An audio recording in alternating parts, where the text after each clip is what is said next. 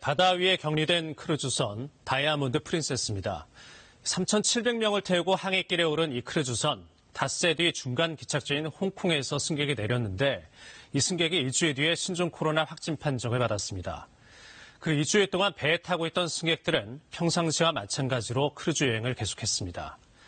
확진 판정 하루 뒤 일본 정부에 이 사실이 통보됐고 또 하루가 지나서야 승객들에게 안내 방송이 나갔습니다. 승객들은 그 뒤로도 한동안 식당은 물론 목욕탕까지 이용한 것으로 알려졌습니다.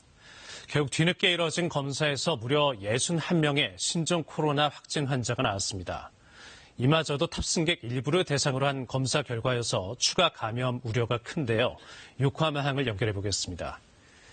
자, 황영택 특파원, 먼저 크루즈선에 타고 있는 한국인들 건강 상태가 가장 궁금하네요.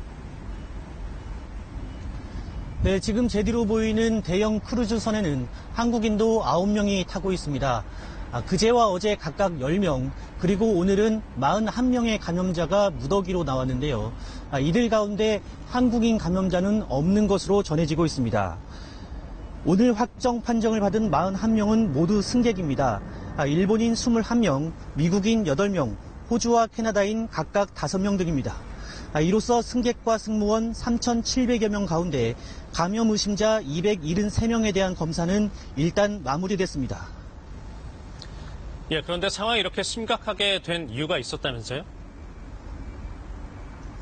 네, 앞서 말씀하셨지만 중간에 내린 승객이 감염된 것을 알고도 나머지 승객들을 곧바로 격리 조치하지 않았다는 점입니다. 격리가 이루어진 게 지난 5일인데요. 홍콩인 감염 사실이 일본 정부에 통보되고 사흘이 지난 뒤였습니다. 그 사이에 식당 등 공용시설은 정상 영업을 했고 승객들도 자유롭게 이용했습니다. 제한된 공간에 많은 사람이 몰리는 유람선의 특성상 내부 감염이 더 확산된 걸로 보입니다. 자, 그리고 크루즈선이 항구에 도착한 지 오늘로 나흘째인데 지금 선내 상황이 어떤지 좀 파악이 됐습니까?